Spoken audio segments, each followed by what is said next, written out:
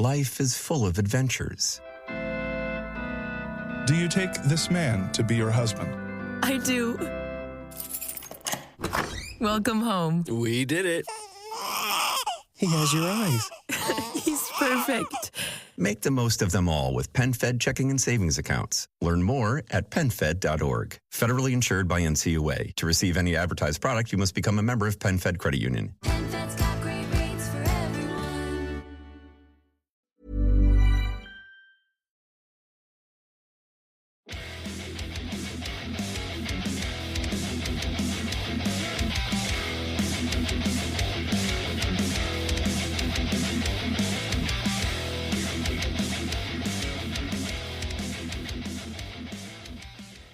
Welcome, guys, to this week's episode of Heavy Metal Tones, and me, your podcast host, Tony Evans.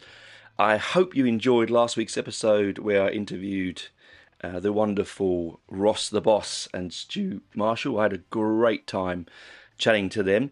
So this time I thought, and I've been doing, I've thought a lot of things, but I've been doing a lot of album reviews and a lot of really deep lyrical dives, and this time around I thought I would a bit of a change and do what I haven't done for some time, which is a genre dive. This came about because I was on the TikToks, the social medias, and I was, the platform gave me something. Hey, you might like this, and it was a Ukrainian folk metal band called Bartiki, and I thought, wow, this is really, really cool stuff, and I forgot much how I really enjoy a bit of folk metal. And I hadn't really dived much into it.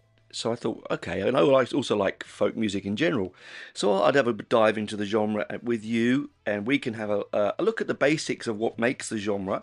And then we'll look at some of the bands that probably should take a listen to, you might find enjoyable, and a little bit of history of those. So firstly, I looked in the dictionary, and I got, what is the meaning of folk? So according to the Oxford English Dictionary, it says, relating to traditional art and culture of a community or nations.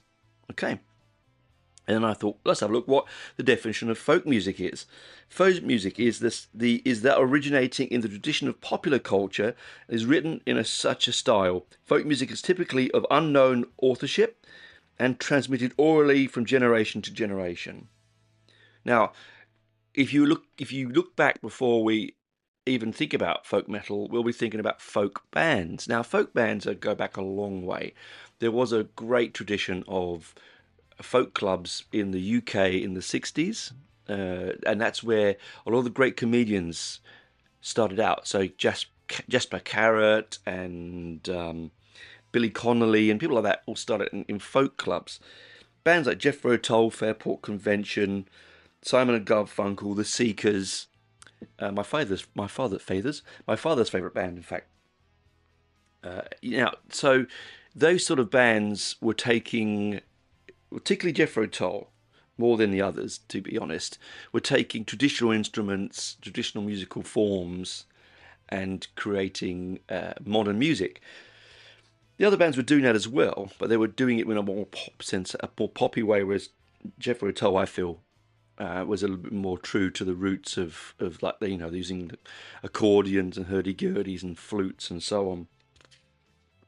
So there was a real sense of a connection to the culture and the background of their nation and their towns. A lot of time, folk music, when you look into researching it, a lot of it was because in the UK for a very long time, people wouldn't travel more than maybe a kilometre or two outside of their village. And so the music that they were getting to listen to was either through travelling shows, mummers and so on. A mummer is like a pre-Elizabethan term for a travelling actor. Mummering, it's originally called. So they're coming through into these towns and these villages, and they're singing their songs, and people were listening to them, paying their little bits of whatever they could afford, give them food and shelter and drink, usually for that. Otherwise, if that wasn't happening, they were making these stories up themselves, sometimes from great pieces of literature now lost, a lot of the times from great literature is still with us. So like the great Saxon, Anglo-Saxon poem of Beowulf, they, things like that were used, and of course in Europe, if this is happening, I didn't really know. I didn't check into this, but I can imagine in somewhere like Greece, you'd have all the Homeric Odysseys that would come through, and songs would be written about those. Usually, these songs are written around nature's connection with nature. A lot they can be about the gods and the nymphs and the spirits of the forests, particularly pre-Roman in the UK. So, when the Romans arrived in 47 AD, they 46, 47. I always get that one wrong. When they arrived, they brought with them their own gods, but they weren't, as people think, these sort of marauding, soldiers destroying everything in front of them like the Vikings were doing. No. They would often take the local god or nymph or spirit and combine it with their god. Firstly, because they were quite spiritual people, to appease the land that they live on, but also to sort of help to integrate with the people that they live with. So, because these were highly intelligent, yes, there were violent times, but they were intelligent, understanding people. So these stories meld and change, and then they become, because there is no at that point, particularly in Saxon, Anglo-Saxon England, there wasn't a lot of written words, so it was all oral history. There is ancient texts like Ogham from Ireland and stuff like that, but there isn't much text amongst the normal people of the countryside. So they would sing their stories to each other, and that's where the folk side comes. Now, we then jump, let's jump ahead. Let's jump ahead 1,000 years, for instance, and we get modern rock music. So rock and roll is 70 years old as such, and it has gone through many variations, as we all know, right? And then particularly in the metal world, there's so many different genres, so many different aspects. And what makes that fun is that there is something for everyone, as I keep saying on this show. There's something for everyone. So when you look into, as we're going to do, folk metal, in itself, it spreads off and splits off into so many subgenres. I mean, itself, folk metal is an overarching term, whereas you have pirate metal, Celtic metal, and then amongst the folk metal, you have different versions of different tastes of folk metal. So folk metal isn't actually a type of sound as such. Imagine you can have bands or like death metal bands or black metal bands or progressive metal bands, but they have a folk tinge. So technically, they are folk progressive or death progressive or progressive death or folk death or whatever. All these different subgenres which are then attached the folk aspect to. A lot of people, myself included, until I started really looking into it, assumed that folk metal was a solely European, and particularly a sort of Scandinavian European genre, if they were, I thought they were the people I would, if I was thinking who would I look at, who would I think makes this kind of music, I would have thought, the Nordic countries of Finland and Sweden and Norway and Denmark and all these sort of places. But I was actually pleasantly surprised to find that the first real recorded folk or considered folk metal bands were actually Irish and English, which makes sense because, again, the Irish and the British are Anglo-Saxon based, are they not? So Saxons from Saxony and the Angles, the native Angles of England, mixed together to make, so there's a Germanic and Scandinavian backbone right through the British culture. It is an Indo-European language after all. And so I was like, oh, okay. Then before then, I looked at what instruments, before we go looking at the bands, which again was quite surprising, what kind of thing makes a folk band? What are they doing when they make a folk metal band?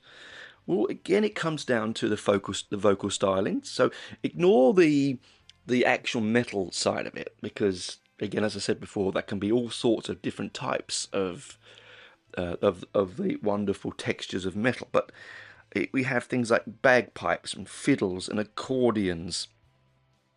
They use folklore in their storytelling. Okay, they use things like the hurdy-gurdy, the flute, the mandolin.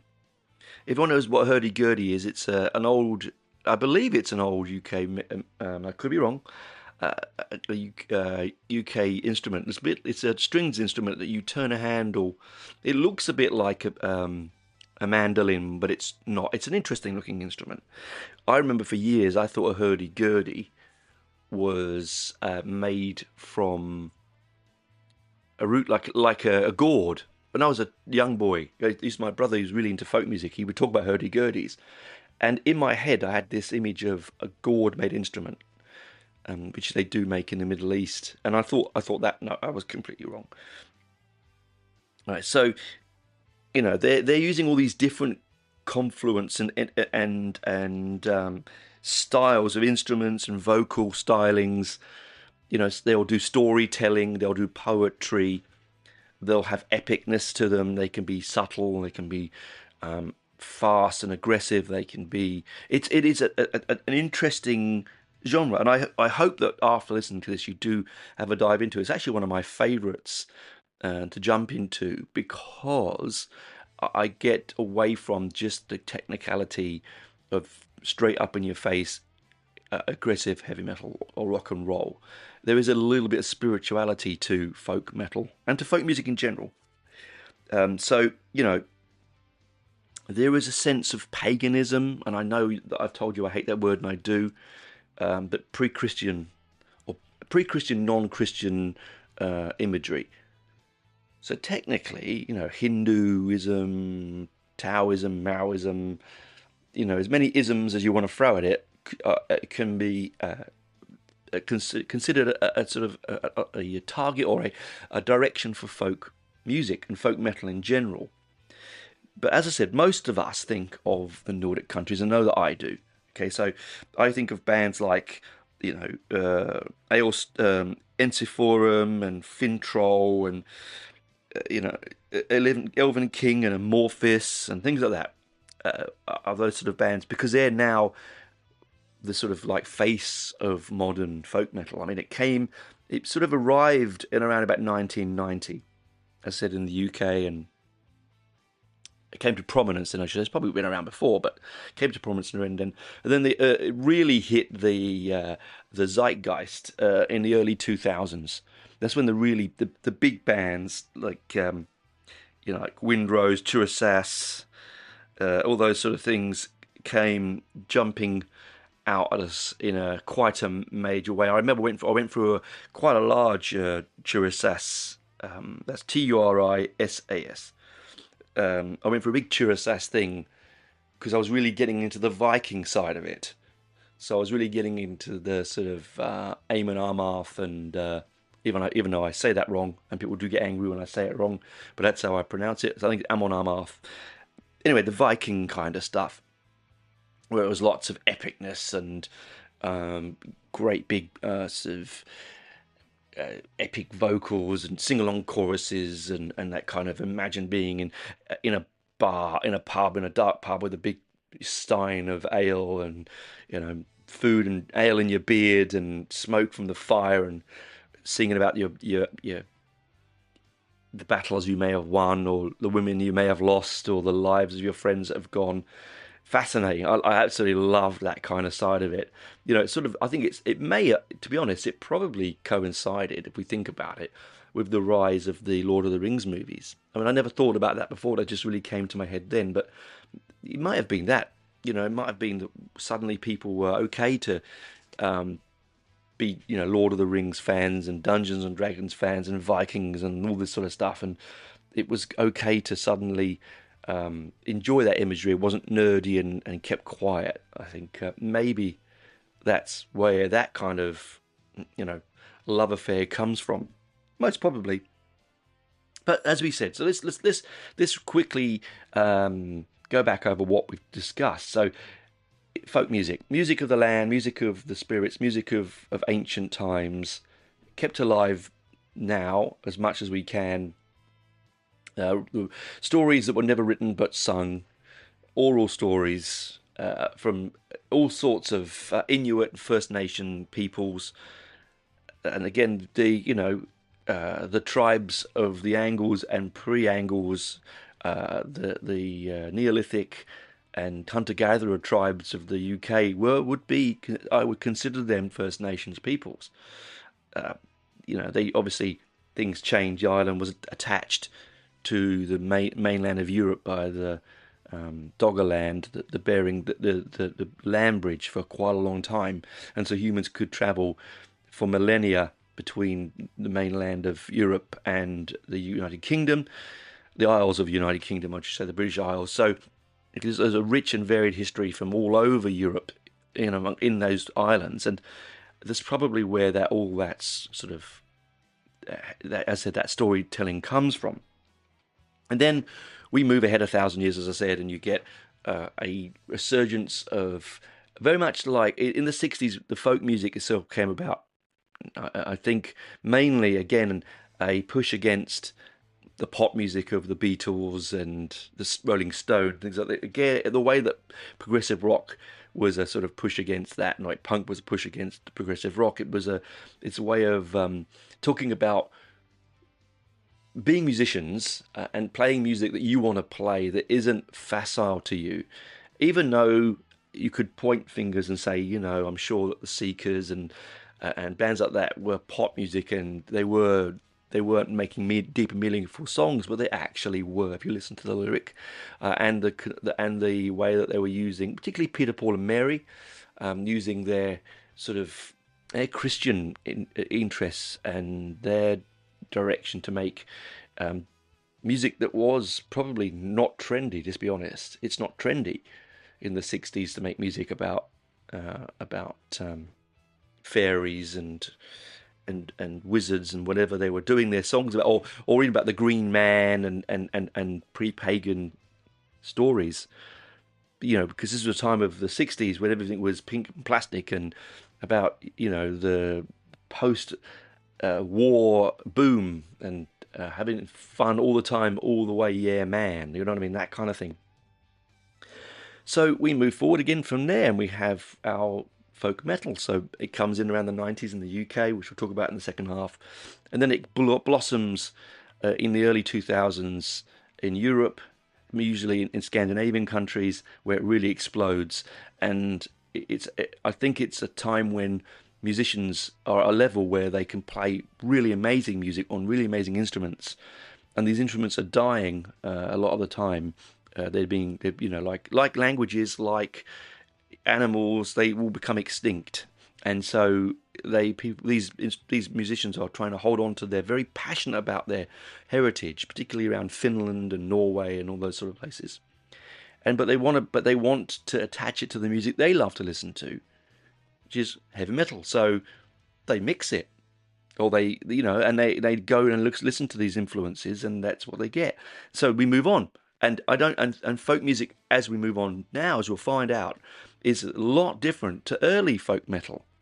Folk metal now is almost completely unrecognizable from the music played maybe in the early 2000s, which we'll find out about, as I said, in the second half. Please do stay with me. Enjoy the ad breaks, if you can say that. If you want to know adverts, please do come on Patreon. It's patreon.com/heavy metal tones. That's patreon.com/heavy metal tones. And for $2 Australian a month, you get ad-free episodes and extra videos. Also, please do swipe up and leave me a review. The more reviews, the better. If you're on Spotify, Apple I know that on Apple it's difficult to leave reviews these days, but certainly on if you're on the Spotify's, swipe up, leave them a review. Good or bad, I don't mind. It's all positive. Anyway, we'll chat to you on the other side. Bye for now. Life is full of adventures. Do you take this man to be your husband? I do. Welcome home. We did it. He has your eyes. He's perfect. Make the most of them all with PenFed checking and savings accounts. Learn more at PenFed.org. Federally insured by NCUA. To receive any advertised product, you must become a member of PenFed Credit Union. PenFed's got great rates for everyone. Under Biden, Americans' cost of living skyrocketed. Food, housing, auto insurance. Lawsuit abuse is a big reason everything's more expensive today. Frivolous lawsuits cost working Americans over $4,000 a year in hidden taxes. President Trump understands the problem. That's why he supports loser pays legislation to stop lawsuit abuse and put thousands back in the pockets of hardworking Americans. It's time to make America affordable again. It's time to support the president's plan.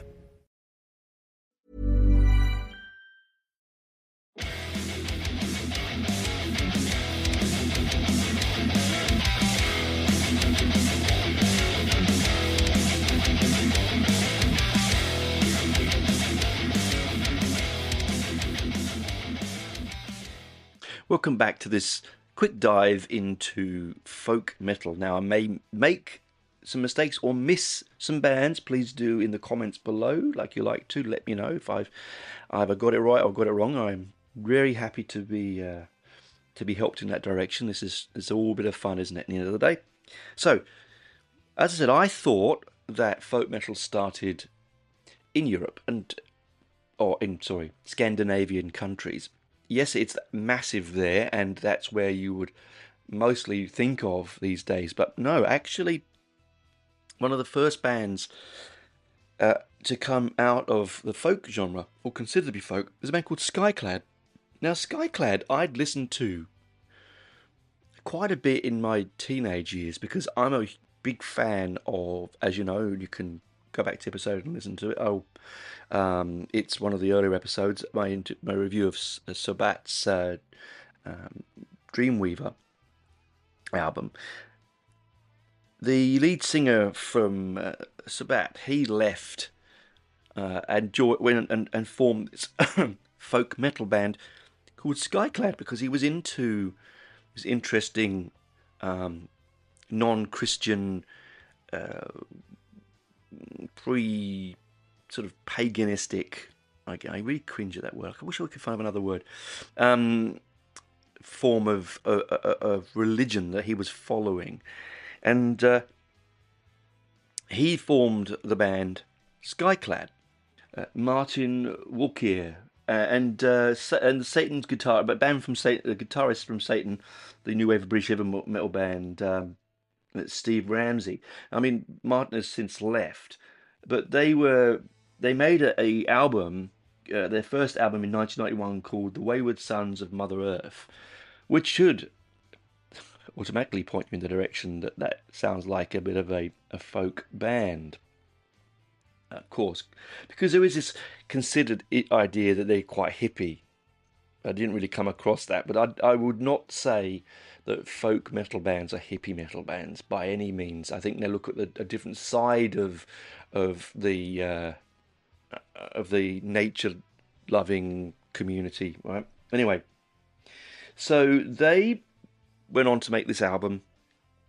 It sounds very much like, because it's Martin and he has a particular vocal style, it does sound a lot like Sabat and Dreamweaver.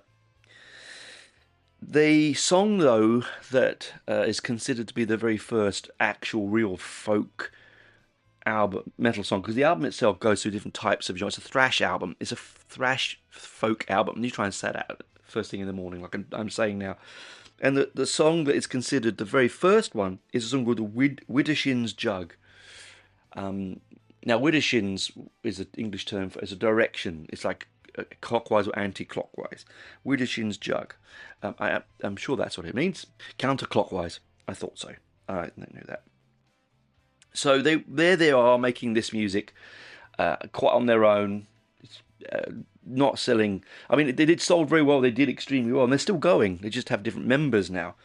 But at the same time, over in Ireland, now forgive me, please, my Irish friends here. I do not mean to mangle your beautiful language, but Cruachan, or Cruachan, Cruachan.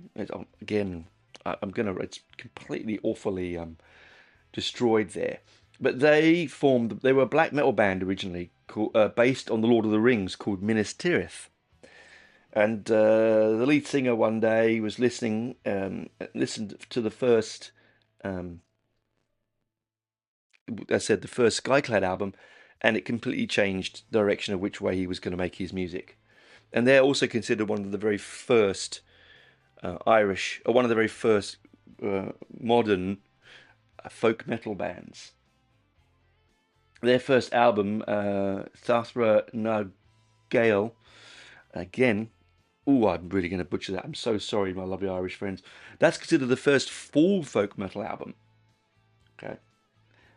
Again, that's not a thrash metal. That's more of a dark Celtic black metal sound with heavy Irish folk imagery. Because again, they have aeons of history from, untouched by the Romans, unanglicized in a lot of places, non-Christian in a lot of places as well. So, pre-Christian there, wonderful.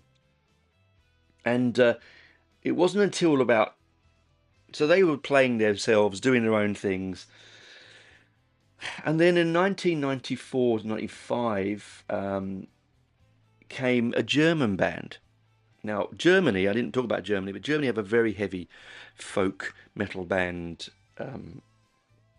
history, because again, they being of that sort of Celtic, Germanic, Germany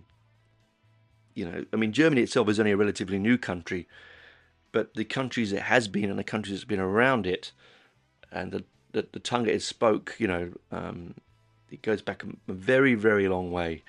And so they can dip into those histories to find musical sounds, musical instruments, and stories.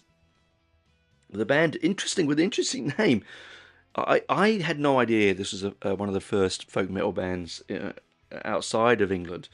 They actually would call themselves a medieval metal before folk metal. It was a sort of like the term people used before folk metal came around. And I think medieval metal was still sort of used. And the band's called Subway to Sally. Not a name that you would think of as a folk band, eh? But here they go. Here's what they says about them. They're a medieval band founded in Potsdam in the early 1990s. Their music has a clear folk and medieval influences, later added in gothic and metal elements. They play bagpipes, the schwarm, the violin, the hurdy-gurdy, the lute. There's been given the label medieval metal, but they think themselves as folk metal. So interesting, eh? I mean, they've had... let's have a look how many albums they have released. 1, 2, 3. Oh, this is interesting reading, isn't it? This is me reading it about 16. It looks like. Let me just recount that. 16 is correct, and of course, a lot of it is sung in their native tongue. If you listen to their stuff, and they're using their native instruments to create a big sound and trying to keep their folk history alive. The one thing about European folk metal is it's often sung in several styles of dialect and language. So Dutch, there's Heldevik, there's Danish, Silvatica, there's out of Spain, there's a Stone of Iraq. Lots of these interesting older languages. I think there's even, folk metal bands that sing in one of the oldest languages on the planet, one of the longest living languages on the planet, which is the Basque language from the Basque country near Spain. There'll be folk bands there, probably even folk metal bands. I could even look deeper into that. I didn't do that, but I'm sure there is. But you see, following this huge, sudden influx, we have lots of bands. Now, again, if I mispronounce the names of the bands, I am going to apologise. But from Europe, we have Finntroll, which is like a folk black metal band. It uses polka as the Finnish polka music to bring the sound of trolls alive. They say in there is their part of their thing. Thing is called a Finnish humppa. Humppa is the sound. Then there is, as I said before early on, we have. Let me just get back to where I was. Bear with me. This new notebook, the pages stick together. Okay. Oh yeah. It is Eluveitie or Eluveitie. Ennis Forum, as I said, Skyclad, Finntroll, Ailstorm. Interestingly, I wouldn't have put them as a folk metal band. They're more like a pirate fun band, but hey, that doesn't mean they can't be fun. The Who, not the Rolling Stone, not the Who of Tommy, no, but the Who is a HU, which is a Mongolian throat singing metal band, brilliant live. Elven King, I said Amorphous. Bathory, the black metal masters, the sort of the founders of extreme metal in Europe, one of them, are considered folk because they use folk imagery. Wariduna, I actually spoke to the lead singer of that. A very, very interesting band. They play with instruments, ancient instruments, that when they bring on tour, almost can't bring them because the atmospheres, when you go from one atmosphere to another, so where it's cold in, say, Norway, where they're based, they bring that same instrument to, say, Australia, where it's warm. They've got to be really careful how they transport it and how they play it because it changes its sound. Alien weaponry from New Zealand. Now, they probably aren't even in that category, but I'd put them there because they play in Maori. They sing a lot in Maori. They talk about Maori problems, youth culture, and segregation and racism. So, are they not a folk metal band? I would say they would be. There's Moon Sorrow, there's Slaufeg. Now, I've interviewed both two members from Lord with Slaufeg. I've had Benji on the show talking about them long time ago in the early episodes of the show. I wouldn't have thought them as a folk band, but they do use folk imagery and they do use folk instruments, so possibly yes. And then Windrose, the classic Windrose, they dress up like dwarves and things. It's like dwarven metal or stuff like that. Very strange in my opinion, but hey, if it floats your boat, it floats your boat. But most of the time these bands are singing songs, they're polytheistic. So they're singing songs about gods. They're not just following the one true God, as I've talked about before. It's sort of a neo-religious, non-religious, non-secular religious music. And they do. It's so diverse and it's so interesting that it's quite difficult for me to point you in directions of where to go. You can go in my opinion, what I would call the easy listening route of folk, was like Turasas and Amon Amarth and Ailstorm and Tia, TYR. Sorry, I forgot to talk about Tia. They're interesting. They're from the Faroe Islands. So this is another thing that's wonderful about this genre. There are bands from India. There's a band from India. Where was that? And China. You've got Bloody Wood, as in Bollywood, right? From India. You've got The Who, as I said, from Mongolia. You've got On My Zar from Japan and Nine Treasures from China. You've got bands from Italy like Elven King and I can't say the name of this band. I'm so sorry. Eluveitie from Switzerland. Lord Weird Slaufeg is from Canada. There's bands like Skyforge from Latvia, and there's lots of these. It's all over. It's a fantastic selection of these bands, and as yet I haven't found an Australian one, but there definitely are here. If anyone could point me in that direction, that'd be great. I didn't really find anything I could really point my finger at.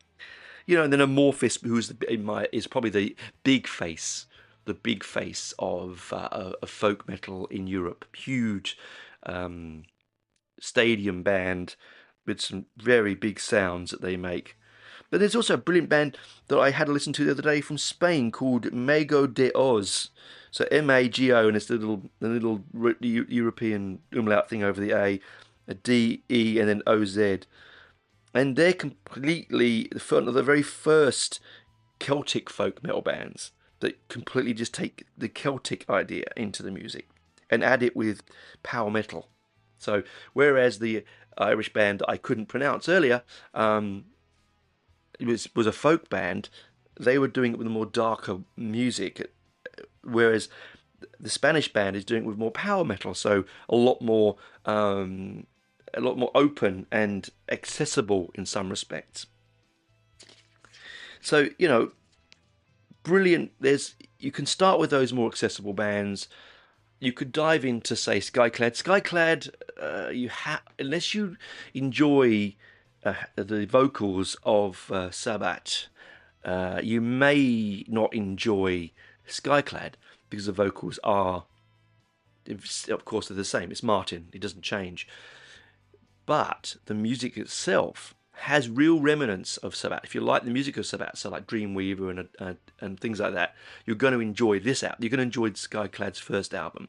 I definitely suggest listening to Wintershin's Jug, even if you don't want to dive into the whole album, because it is a real, almost progressive sound. And there's another thing we haven't touched at. A folk music can also be considered progressive because you're using instruments that are not used on a day-to-day basis. So it's progressing the sound of folk or folk metal or rock and roll or metal in general, is it not? I have also missed bands like Copperclani, which is again hard to pronounce. They're from Finland. Finntroll, the real sort of big name again, liking to make songs about, as it says in their name, trolls, right? And the history of ancient Nordic sagas, which, why not? If it's going to keep them alive some way or another for future generations, then I think it brings people to those stories from into the medium who love, say, listening to heavy metal, and suddenly go, well, hang on, what is this story? What is this story of Beowulf? What is this story of Grendel? What is this story of whatever? You're going to move on and go, right, I want to listen to that. I'm also going to read it, or I'm going to research it. It's a wonderful thing for us as listeners to dive into. But the band I want to talk about to finish the show off is a band that really splits my opinion on folk metal, because they put it in the folk metal genre because it actually was given an award on Metal Hammer at the Metal Hammer Awards and things like that. I don't know if I'd put it in the folk metal category, but it is there, so we'll talk about it. I actually think it's just probably one of the truest forms of modern folk that it's available to us to listen to. I think, as I said before, Winderund is one of them, but this band, Heilung, you may not have heard of them. In fact, I'm guaranteeing that a lot of you haven't. They're an interesting band. They've played in Australia a couple of times, and both times, unfortunately, I've missed them. My friends have gone and sung them and said it was a deeply disturbing and religious experience. And people, I don't know how you can balance religion and disturbing in the same concept, but they find it very disturbing, but also extremely mesmerizing, is what they were saying to me. So Heilung is a German word that means Sorry, I couldn't read my handwriting. It's a German noun for healing. Now, they formed in Denmark, Copenhagen in Denmark in 2014. They're considered a European experimental folk band that does get moved into the folk metal category because it's heavier and darker and a lot more intense than traditional light folk music. You're certainly not going to see them at a Fairport Convention concert. You know what I mean? These are a very, very, very intellectual people making really interesting music. So they make music that is Iron Age music. So unless the instrument could have been made or used in that time, they don't really use it. And the instruments that they use are drums, bones, spears, human forearm bones they use to hit the drum skins with. They have a rattle which is full of human ashes. They have the Hindu Uthu bell. They have all sorts of other instruments. They have a reconstructed silver cup from the Viking Age which they hit. It's called the Aegis from Temple. I don't know. Let me just get that. Let me just read that now. They use the antiques from temples. They use an antique from temples, which is a reconstructed silver cup. As I said, the Hindu ritual bell, a clay rattle with human ashes, and this is very. Now, bear with me, please, because again, I'm going to butcher this beautiful language. The Ravanatha. Oh my God. Ravanatha, an ancient instrument used in India and Sri Lanka and surrounding areas, originating from the Hela people, then brought to North India by the Human, a tribe outside of India. So it's like a stringed instrument, I believe. Let's just check in and see what it says it is. Let's have a look. Yes, it is a string instrument, a bit like the Japanese instrument. It looks like a very proto version of a violin, or the ancestor of a violin, or the ancestor of the sitar. They also do singing wise. They do a throat singing style, and they do whispering. They do poetry, and they do spoken word. The language they use are German, English, Gothic, Old, High German, Icelandic, Latin, Old English, Proto-Norse, Proto-Germanic, and Viking Old Age Norse. So it's really a real love of their past. It's a three-piece band. The lead singer is Kai Uwe Faust. Then you've got Christopher Huell, who was a music producer. And he wanted, and Faust was is a tattooist, and they exchanged ink for studio time and formed Heilung. The third member, Maria Franz, was originally just a studio session musician, but they liked her so much that she joined the band.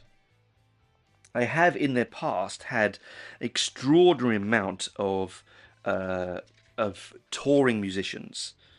They've had 29 different musicians to tour Europe, and they've had 8 to 9 to tour the US. They have had 3 albums: Offner, Furia, and Drift. 2013, 2019, 2022. The albums came out. Fuda is a Futha. Originally starting out on the self-released album, but then moving in 2018 to Seasons of the Mist, label, the Seasons of the Mist label, and also on now, I think, Nuclear Blast and other things like that. The musical styles they started off with was quite electronica, a lot of studio stuff. They moved into this sort of very interesting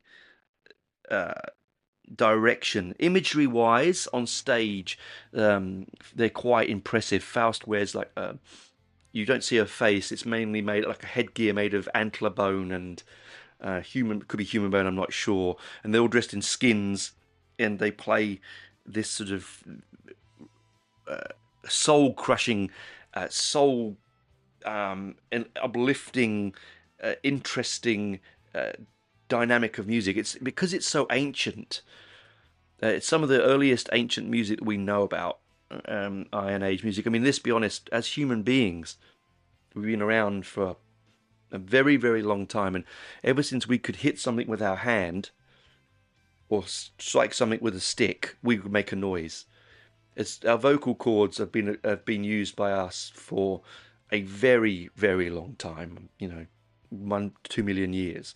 So we've been making noises, with language, also with song, and I am absolutely sure that our deep ancestors would have used their voices to soothe their babies, to show happiness, to show anger, to show excitement. It's a very visceral, shamanic music and sound. It's not for everyone. So people listening to the show who go, I'll take a listen to it. It may be for you, it may not be for you. I found listening to the albums in order helpful. There's only 3 albums, but I found them very easy to see where the band was growing and where they were coming from. As they moved to a bigger label and with more production, it does become a lot more clearer to see the direction. But Ofner, if I'm saying it wrong, I'm so apologise, is a brilliant first album. And daring. I mean, how daring is that? Grant you, they probably didn't make the album thinking, hey, we're going to be touring Australia anytime soon.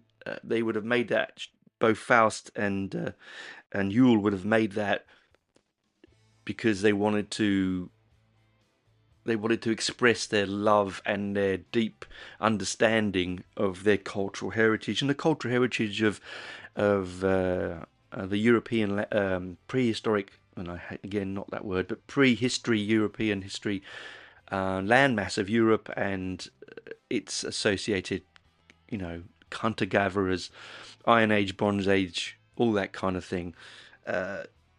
This is post-Neolithic, so they're not using stone now, they're using metals, and so they're creating bells, they're creating instruments that make noise when you strike them, and they spend a lot of their time researching these kind of sounds. I just want to say that actually, I apologise to my Hindu listeners and my Sri Lankan listeners.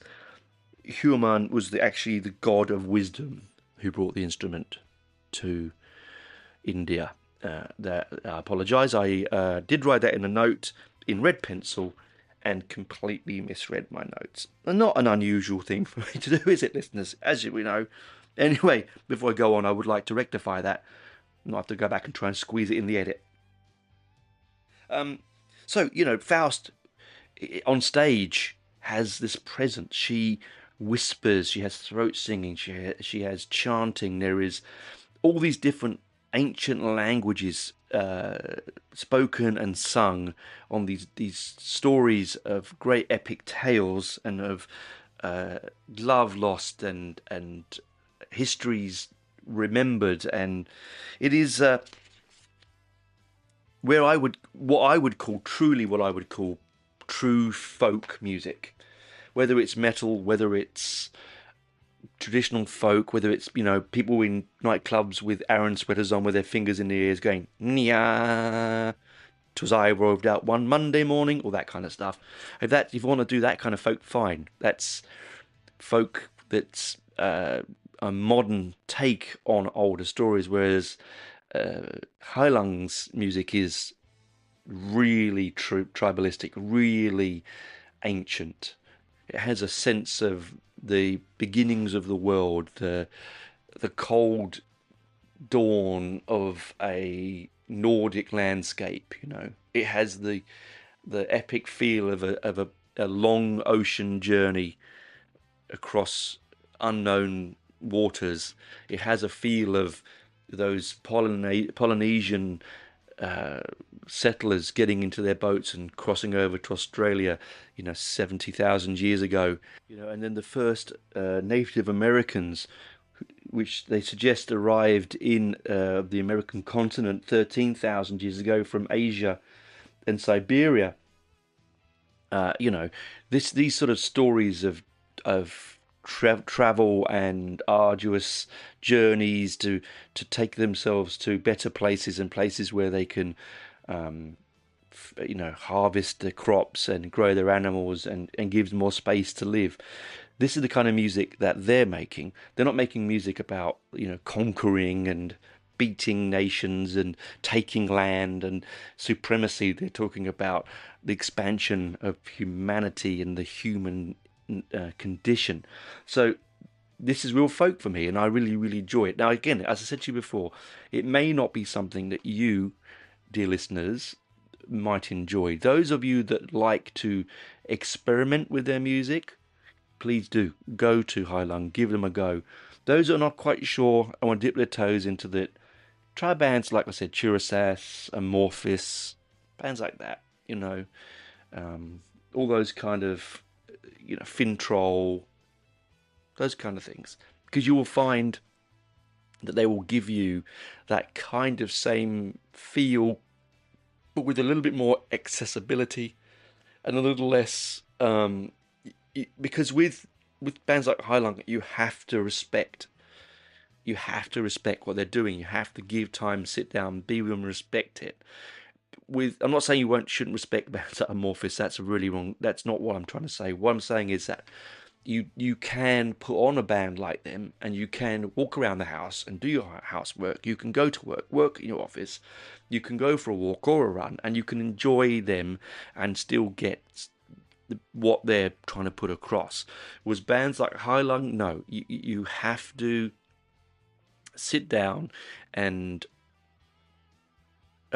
be one with it. It's not a long album. They're not going on for hours, 40 odd minutes. Yes, some of it took me a little while to battle through it, to get into certain parts. But once you do, even though you cannot understand a word that they're saying, and the lyrics are all written down in these native languages, it doesn't matter. It really doesn't. Listen to the rhythm of the words and the movement of the sounds around the mouth where the words are coming from. Feel the true love and passion for these ancient languages, ancient instruments, and ancient civilizations that made us, that are sadly, as we said, becoming extinct and dying out.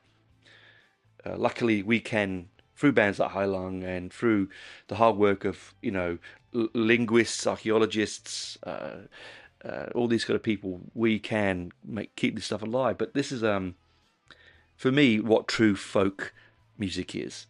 And is it folk metal? I'm not quite sure. You honestly tell me in the comments below. Come to my Facebook page, go to my messenger page and message me. I'll put the link in the show notes below. Tell me what you think. I know a few of my friends will have something to say about it. I personally, again, not sure if I put it in the metal category, but I do think it's heavy enough and unusual enough to be in amongst those people. But is it folk metal? I don't know. It's certainly not any form of metal that you would have ever known about or you would have ever heard about, but I think you might enjoy it is, and sometimes it can be a little scary. I will not deny that. As I told you, and I told you lots before, I like to sit in a darkened room with as dark as I can get. If it's not dark enough, I wear an eye patch, a sleeping mask, to really listen to this music. And on my stereo, particularly through my speakers in my room that I sit in, it is quite unnerving in some respects. Even more so through my headphones in the dark. So you could, and I don't think they do that deliberately. They're not trying to scare us, but it's just that sort of ancient, deep down, something in our DNA, something deep within our being, that somewhere inside of us, ancient you and me goes, oh, yes, I remember what that sound is. I remember that sound meaning something completely different. I remember that sound meaning either run away, hide, or it's time to stand up. Or alternatively, it's time to love and to hold and to be happy. It's not all dark by any means. But anyway, I'll wrap it up. So as I said, folk music has come a long way. Folk metal has come a long way, from Widgershin's Jug right through to the 3 incredibly interesting Heilung albums. What a journey. I wonder where it's going to go. There's so much of which you can dive into. It's almost an endless genre of metal. It doesn't limit itself. Unlike a lot of the other ones, there is always something different to find if you're looking in that way. There's always a different instrument to hear. There's always a different take on the structure of music, because a lot of this is pre-written music, mind you. Okay, this is before the stave and the notation, before Christianity, before all that, before Hinduism, before Muslims, before every known religion, there was proto-human making that sign of banging a rock together, as Douglas Adams would say. Anyway, I hope you enjoyed that. I know I did. I loved diving into it. I've got a fantastic episode lined up for next week. One of my favourite bands. Can't believe I hadn't talked about, but I've got the album I know I want to talk about. I'm sure you guys are going to enjoy it. It's going to be right in your ballpark, but I hope you enjoyed this. Please do like and subscribe. Come back and chat to me next week. I'm on all streaming platforms, all social media, YouTube, you name it, I'm there.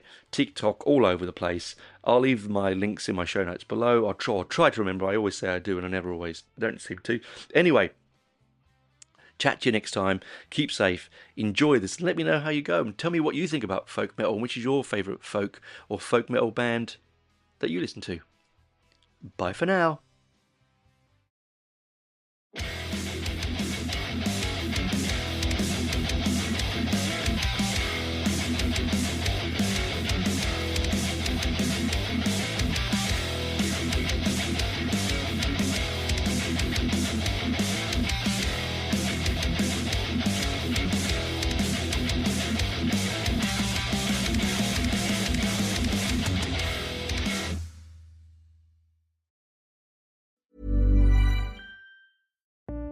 Have you been suffering from chronic lower back pain and depression for at least 3 months?